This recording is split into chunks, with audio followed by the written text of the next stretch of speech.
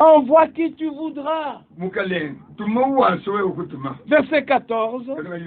Alors la colère de l'Éternel s'enflamma contre Moïse.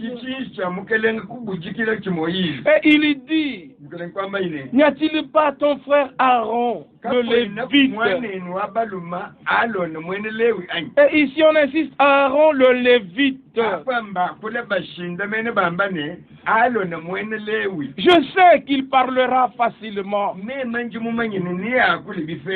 Le voici lui-même qui vient au-devant de toi. Quand il te verra, il se réjouira dans son cœur. Moïse bégayait. Moïse était prophète. Mais Aaron n'était pas prophète. Mais Dieu peut montrer ici que la parole de Dieu qui est vérité, qu'il a mise dans la bouche de ses saints prophètes, il peut mettre la même parole dans des hommes qui ne sont pas des prophètes, pour qu'il la rende aussi facilement au peuple. Et c'est ainsi que nous lisons au verset 15 d'Exode 4. Tu lui parleras. Et tu mettras les paroles dans sa bouche. Et moi, je serai avec ta bouche. Et avec sa bouche. Et je vous enseignerai ce que vous aurez à faire. Moïse a pris les paroles du Seigneur. Il les a mises dans la parole, dans la bouche d'Aaron, qui n'était pas prophète. Mais quant à l'enseignement, c'est Dieu qui avait enseigné et Moïse le prophète et Aaron le Lévite.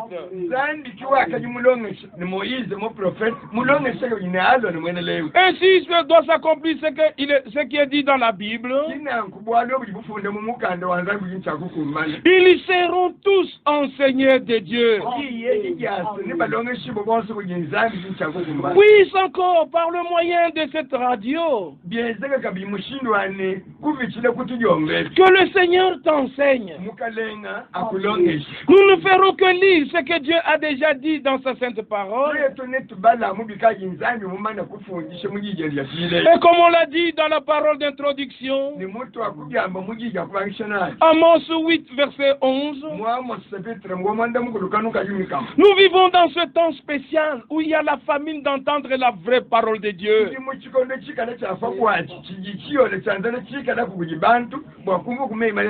Parce que les religieux ont dit, parce que les révérends pasteurs ont dit, nous voulons entendre ce que Dieu a dit. Et il est écrit au verset 16, Aaron parlera pour toi au peuple. Il te servira de bouche et tu tiendras pour lui la place de Dieu. Parce que c'est Dieu qui donne la parole. La révélation est venue au prophète. Mais le prophète, ce n'est pas pour lui que la parole est venue. Mais le prophète, la parole lui a été donnée, c'est pour le peuple. Que Dieu donne à tous la compréhension correcte de ce qui est écrit. Nous vivons dans un temps particulier où plusieurs voix s'élèvent, plusieurs voix parlent au nom de Dieu. Tous parlent de la Bible. Tous parlent de la fin des temps. Maintenant, nous devons savoir par qui le Seigneur parle réellement. Et à qui la parole a été révélée? La parole ne peut être révélée qu'à ceux qui croient la promesse pour l'heure. Cette parole que Dieu a mise auparavant dans la bouche des apôtres, quand nous lisons ce qui est écrit dans Ésaïe 59, il y a encore une parole qui peut nous encourager. Là où le Seigneur parle, dit qu'il n'y a pas de Dieu comme lui. Et il dit ceci au verset 21. Voici mon alliance avec eux, dit le Seigneur. Mon esprit qui repose sur toi. Et mes paroles, que je mise dans ta bouche, ne se retireront point de ta bouche, ni de la bouche de tes enfants, ni de la bouche des enfants de tes enfants, dit le Seigneur de maintenant et à jamais. Donc c'est de génération en génération, on doit écouter les mêmes paroles, les mêmes choses.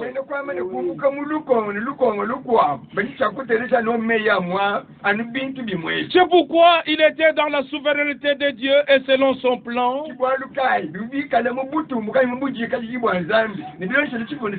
Nous qui vivons à la veille du retour du Seigneur Jésus-Christ, nous puissions réécouter les paroles qui étaient mises dans la bouche des pères apostoliques, afin que nous puissions faire les mêmes expériences comme eux, afin que nous puissions avoir le même droit comme eux, la même confirmation divine comme eux au commencement.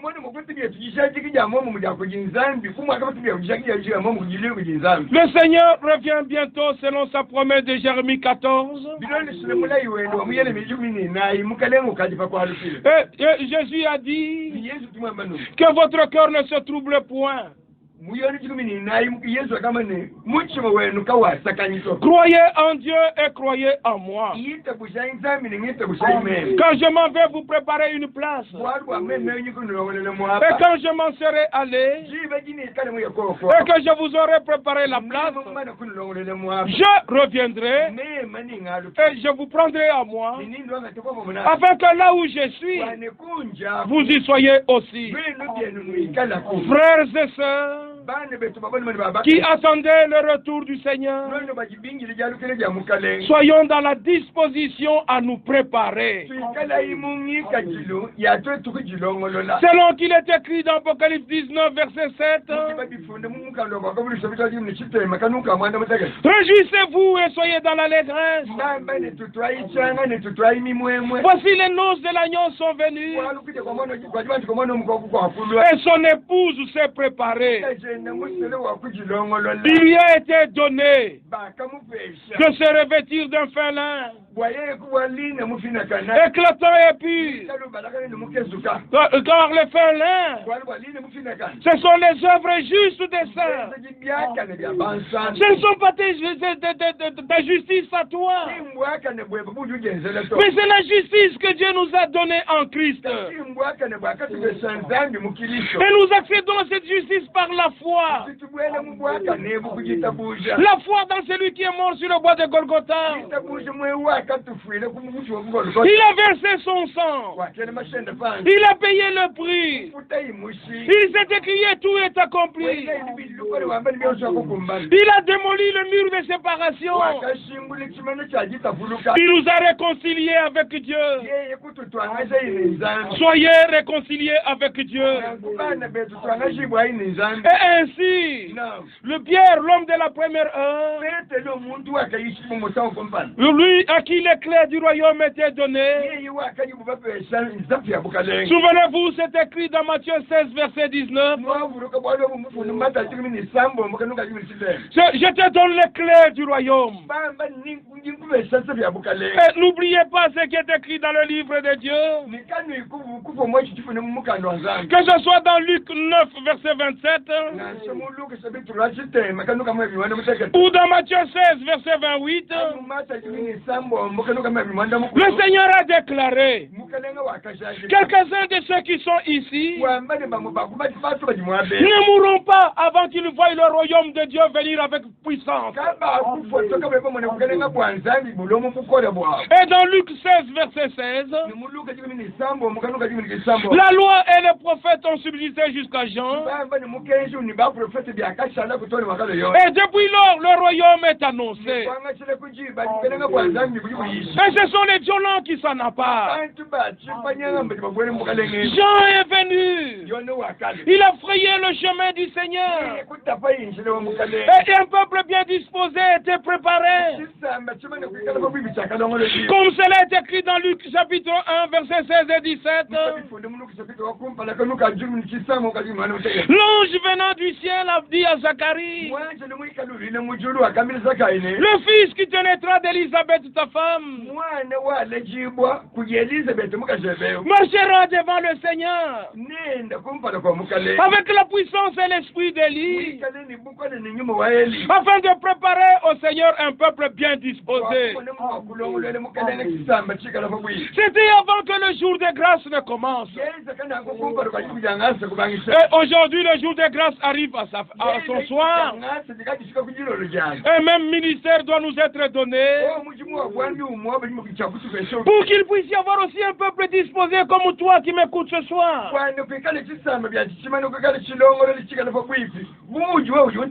Ne résiste pas dans ton cœur, crois comme c'est écrit. Et un peuple disposé était là. Et ce peuple-là a suivi le ministère du Seigneur. Et le peuple qui a suivi le ministère du Seigneur, et ce peuple-là continue à suivre le ministère des apôtres. De génération en génération, c'était la même promesse, c'était la même parole. C'était Dieu qui confirmait sa parole pour le temps donné. Le même Dieu ne change pas sa manière de faire. Ainsi Pierre, qui était l'un des 12 apôtres, lorsque nous lisons ici dans son épître, dans son deuxième épître, lui qui avait ouvert le royaume des cieux le jour de la Pentecôte, et je viens de le dire tout à l'heure dans notre émission, sur notre chaîne, si la manière dont tu es entré dans le royaume n'est pas la manière dont Pierre a fait entrer les gens au commencement, tu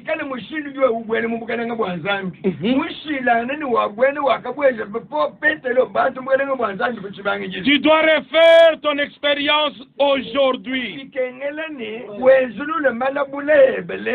ne peut pas y avoir d'autres moyens d'entrer dans le royaume que le moyen que nos frères ont donné au commencement.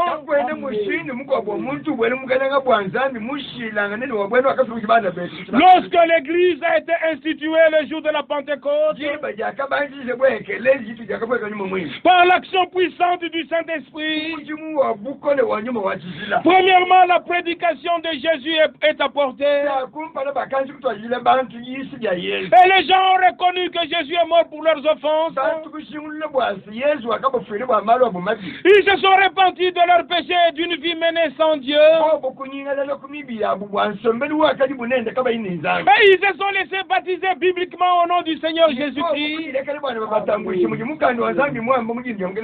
C'est pourquoi nous souhaitons Bientôt, quand Dieu va devoir s'imposer totalement, et que la décision de tous les chefs d'État dans tous les 5 continents puisse changer,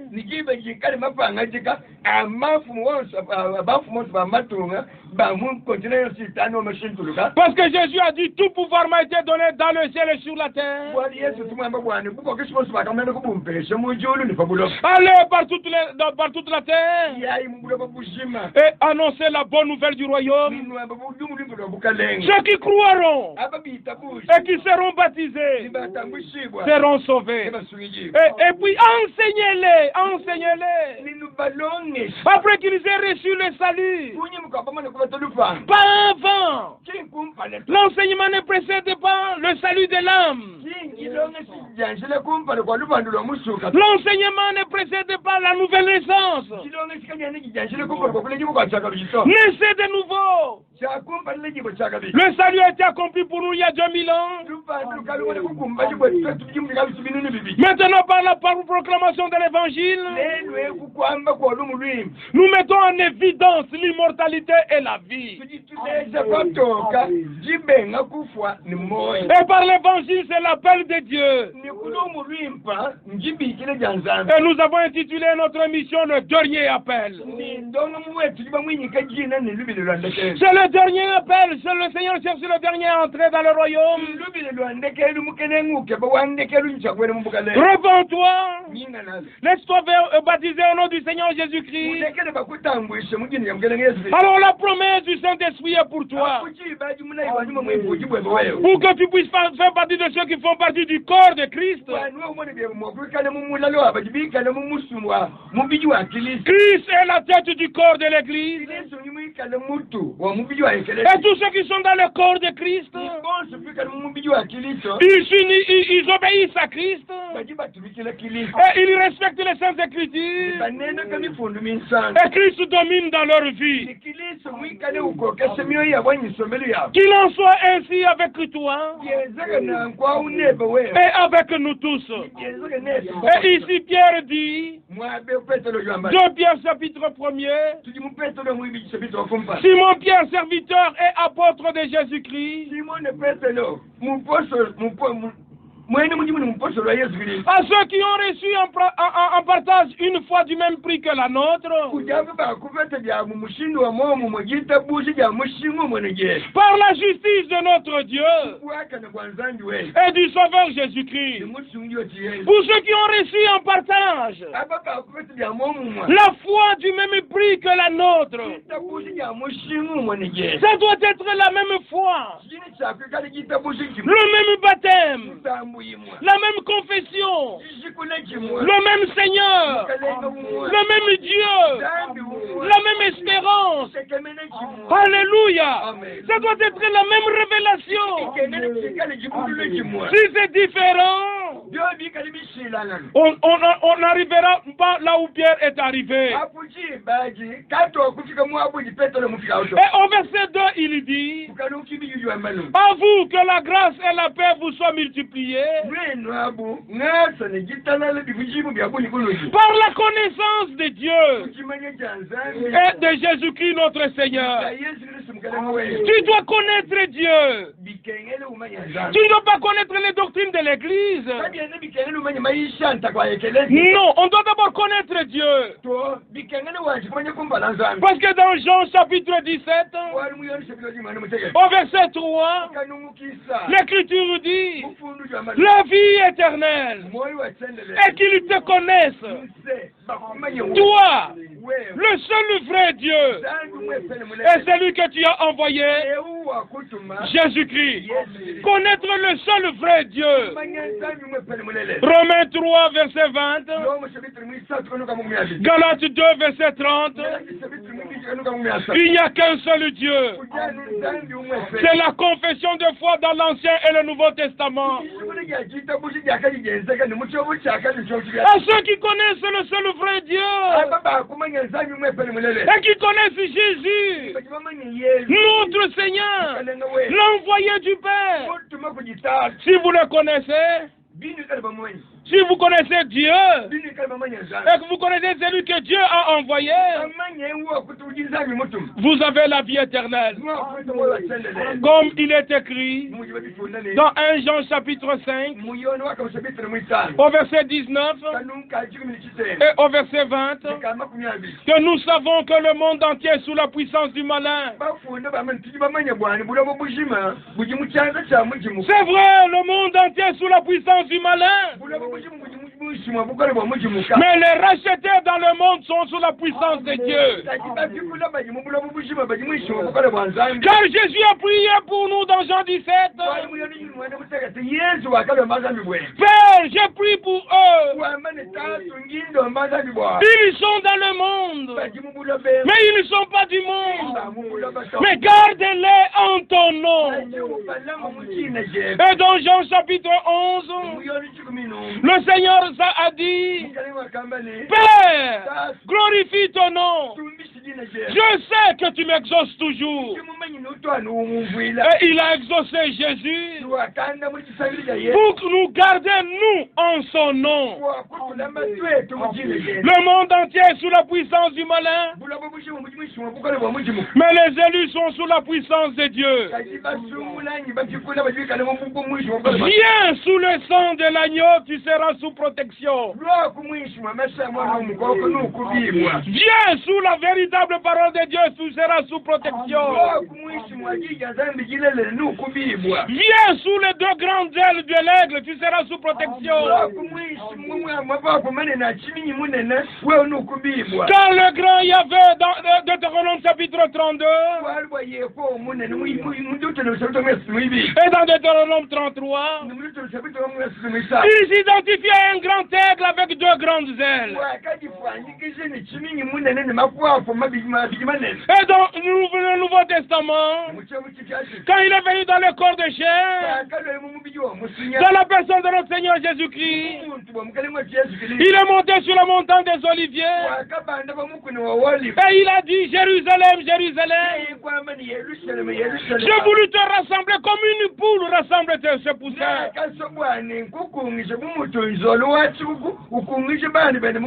Dieu prend soin de nous. Ayons confiance en lui, une confiance illimitée. Et dans 1 Jean 5, verset 20 maintenant, si la puissance, le monde entier est sous la puissance du malin, nous savons aussi que le Fils de Dieu est venu. Il nous a donné l'intelligence pour connaître le véritable. Et nous sommes dans le véritable. En son Fils Jésus-Christ, c'est lui qui est le Dieu véritable et la vie éternelle. Oh, loué soit le nom du Seigneur.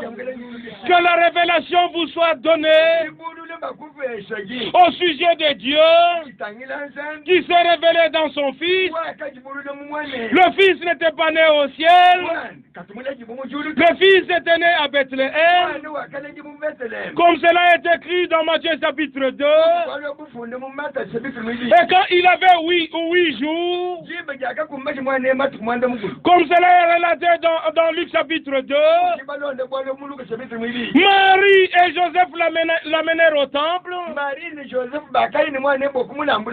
afin qu'il soit consacré au Seigneur. Et ainsi, dans Luc chapitre 3, lorsqu'il avait atteint l'âge de 30 ans, vous voyez, il est né à Bethléem. Il avait 8 jours. On l'a circoncis le 8e jour. Et quand il avait environ 30 ans, il commença son ministère. Là, on nous montre l'humanité de notre Seigneur. Il est devenu semblable à nous pour nous ramener à Dieu. Et quand on arrive dans Luc chapitre 4, au verset 21, 22 et 23, notre Seigneur, ayant déjà commencé son ministère, il pouvait dire, il faut maintenant que j'aille annoncer la bonne nouvelle dans d'autres villes C'est pour cela que j'ai été envoyé. L'envoi, c'est quand il était déjà né. Il est né à Bethléem. Il a commencé son ministère à 30 ans. Et il a été envoyé pour annoncer la bonne nouvelle. Loué soit le nom du Seigneur. Et que celui qui a les oreilles pour entendre, qu'il entende. Et il est dit ici au verset 3 de 2 Pierre chapitre 1, comme sa divine puissance nous a donné tout ce qui contribue à la vie et à la piété. Ce n'est pas ta puissance, ce n'est pas ma puissance. C'est sa divine puissance qui nous a donné. Recevez dans la foi la divine puissance de Dieu. Il a déployé cette divine puissance en ressuscitant Christ d'entre les morts.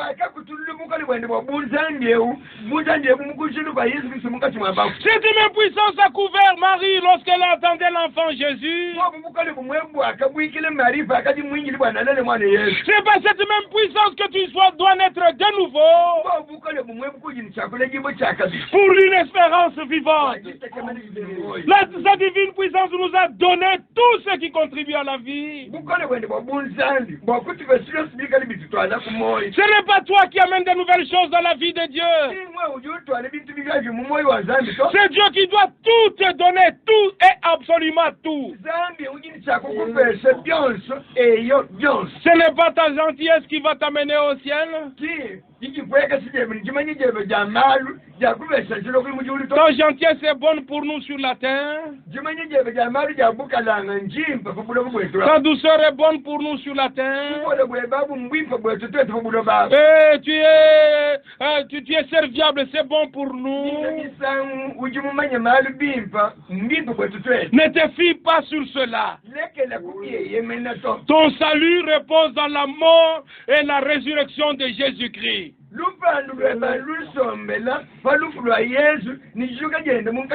Et c'est lui qui doit tout te donner qui concerne la vie nouvelle. La piété vient de lui. La sainteté vient de lui. La sanctification vient de lui. Le baptême du Saint-Esprit vient de lui. La délivrance vient de lui. Parce que Dieu est grand conseil. Et il est puissant en action. Selon ce que cela est écrit dans Jérémie 32, au verset 17, il est grand en conseil. Et il est puissant en action. Moi, je peux te donner le conseil, mais je ne peux pas agir.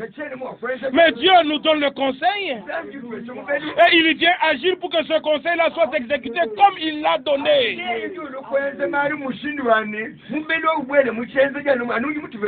Il est très important de connaître le conseil de Dieu pour aujourd'hui. Et être dans la volonté de Dieu aujourd'hui. Parce que le même Pierre qui parle ici dans le deuxième épître.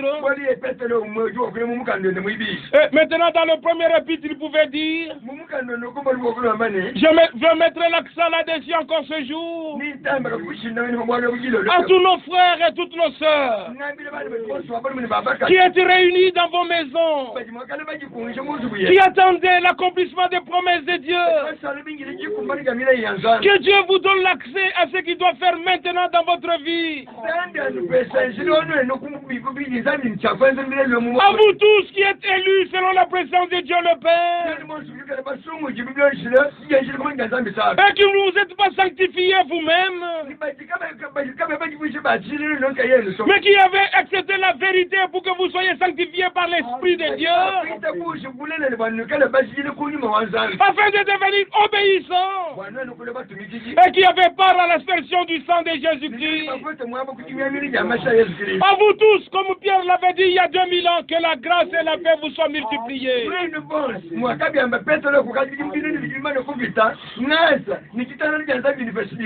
Ne pensez plus à vos difficultés.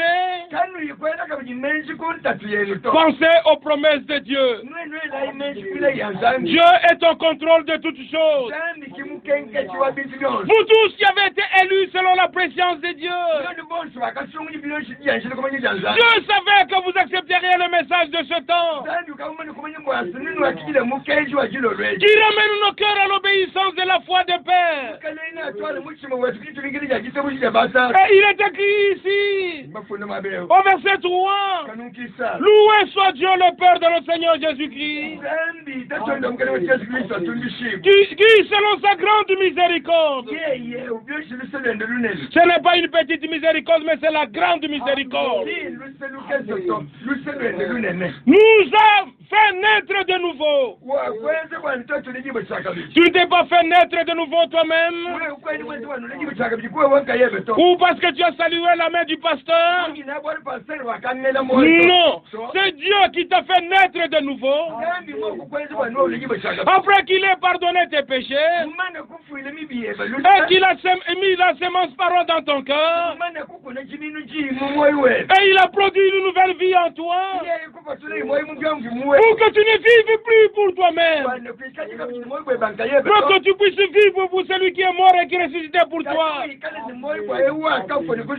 Loué soit le nom du Seigneur. Et ainsi encore Pierre continue à dire, c'est pour un héritage qui ne peut ni se corrompre, ni se souiller. C'est parce que tu es enfant de la promesse. Et l'héritage est pour toi. Et l'héritage t'est réservé dans les cieux. Parce que sur la terre, ça peut être rongé. Et il peut y avoir la guerre. Il peut y avoir la tempête et les érosions. Il peut y avoir les pillages. Et on peut te le arracher. Mais c'est pourquoi Dieu a cassé ton héritage dans les cieux. Tournons nos regards vers les cieux.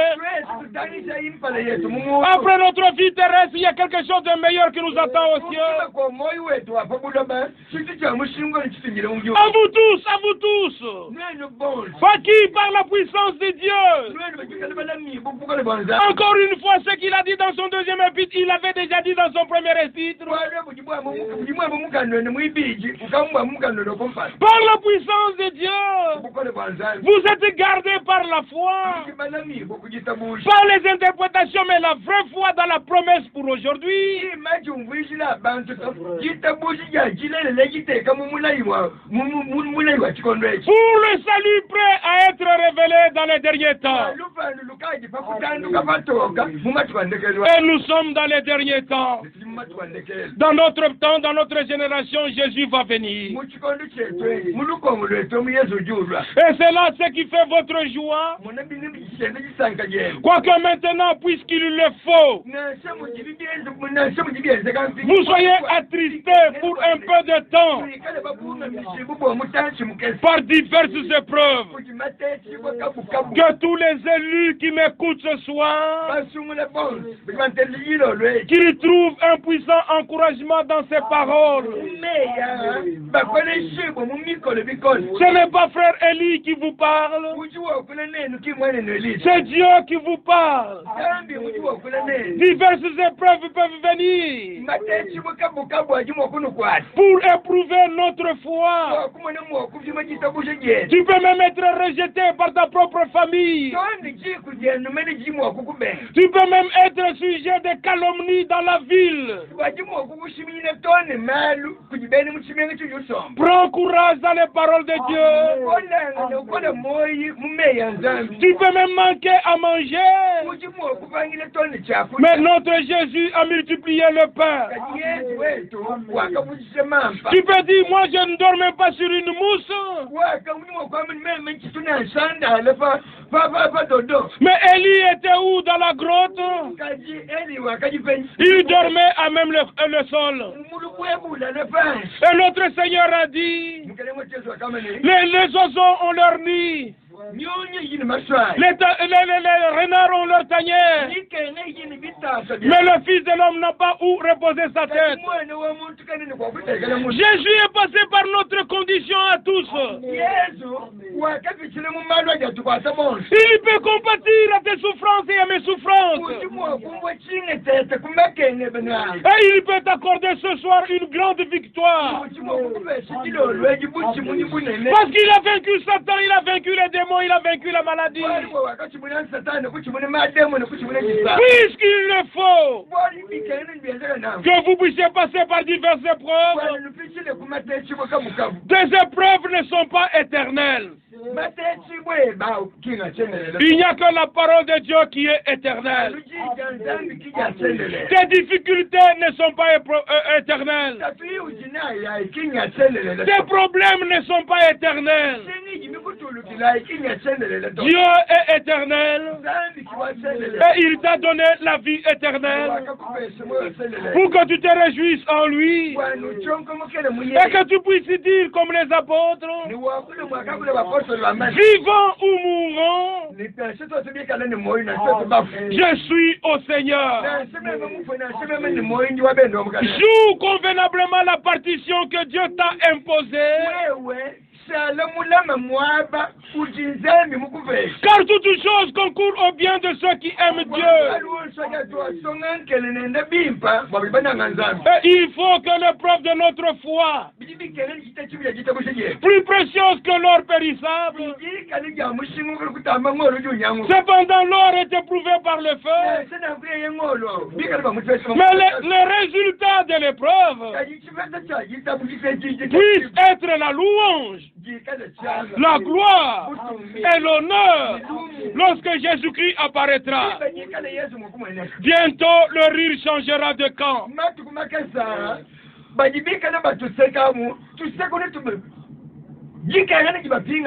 Au verset 8, il est dit, lui que vous avez aimé, vous aimez sans l'avoir vu, en qui vous croyez sans le voir encore, vous réjouissant d'une joie ineffable et glorieuse. Nous ne sommes pas de ceux qui abandonnent. Nous sommes de ceux qui gardent la foi dans la persévérance jusqu'à ce que le salut paraisse. La victoire qui triomphe du monde, c'est notre foi. Au verset 9, il est dit, parce que vous obtiendrez le salut de vos âmes pour prix de votre foi. Et au verset 10, les prophètes qui ont prophétisé touchant la grâce qui vous était réservée, ils ont prêché déjà la grâce dans l'Ancien Testament pendant que la loi était là. Ils ont annoncé que le temps de grâce viendra. Ésaïe 49 verset 6 à 8, confirmé dans 2 Corinthiens 6 verset 1 et 2. Voici maintenant le jour de grâce. Voici le jour du salut. Jour pendant lequel Dieu lui-même se charge de déterminer l'affaire du péché. Jour au sujet duquel Dieu prend la responsabilité de te guérir, de me guérir, de te délivrer, de me délivrer, d'enlever ton trouble et mon trouble, et de nous accorder une paix éternelle.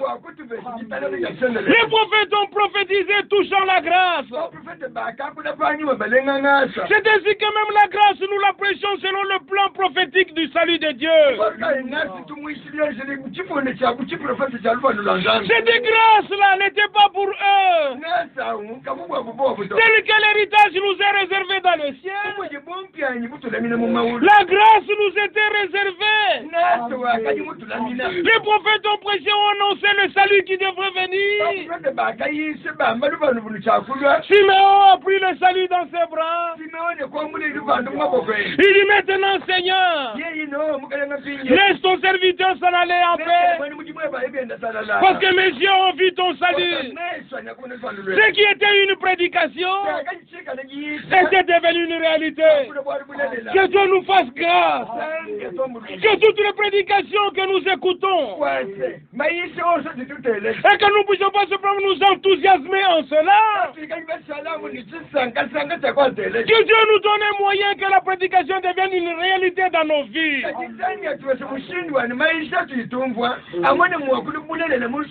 My God, que la prédication, ta parole soit la réalité dans ma vie.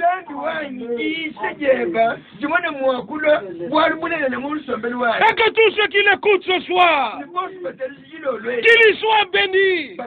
Et que toi, tu transformes leur vie. Que tu les délivres de tous les démons et de toute malédiction qu'ils penseraient que le diable a mis sur eux.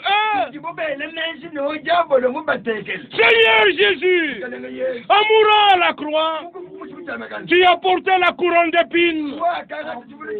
Tu as porté notre malédiction.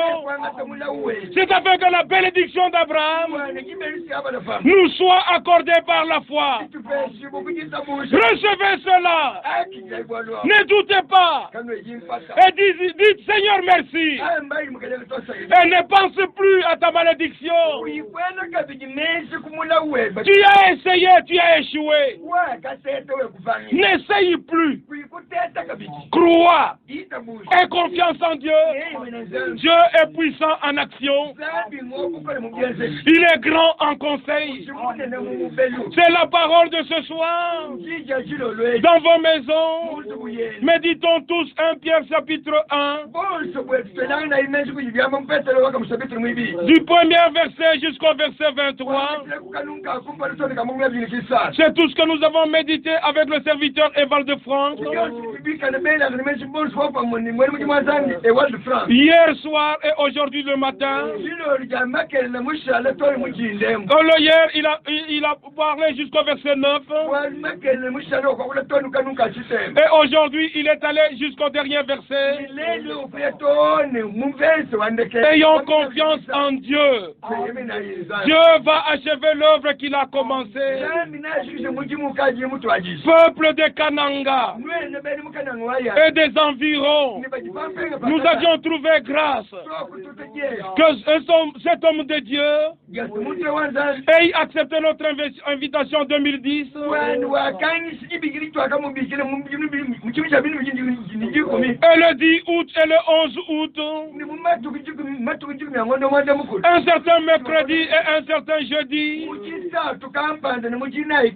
au stadium de l'espoir. N'oublions pas les paroles que nous avions écoutées. C'était un véritable témoin de ce qui s'était passé dans le ministère de William Branham. Et nous sommes témoins de ce que Dieu fait avec lui et avec nous dans notre temps. Et 3 ans plus tard, et il est venu encore à Kananga, de passage vers Lubumbashi, pendant 20 minutes à l'aéroport de Lungandu. Nous avons trouvé grâce devant Dieu. Dieu appelle les derniers élus, qu'il confirme sa promesse dans votre cœur, qu'il vous garde avec vos enfants. Bientôt nous allons nous réunir, nous allons nous laver les pieds Nous allons manger le repas du Seigneur. En attendant qu'il revienne, nous allons baptiser tous ceux qui ont accepté de tout cœur. Et avant de terminer, je veux dire ceci. Surtout à vous tous qui nous demandez encore la prédication et vous dites que nous parlons trop vite.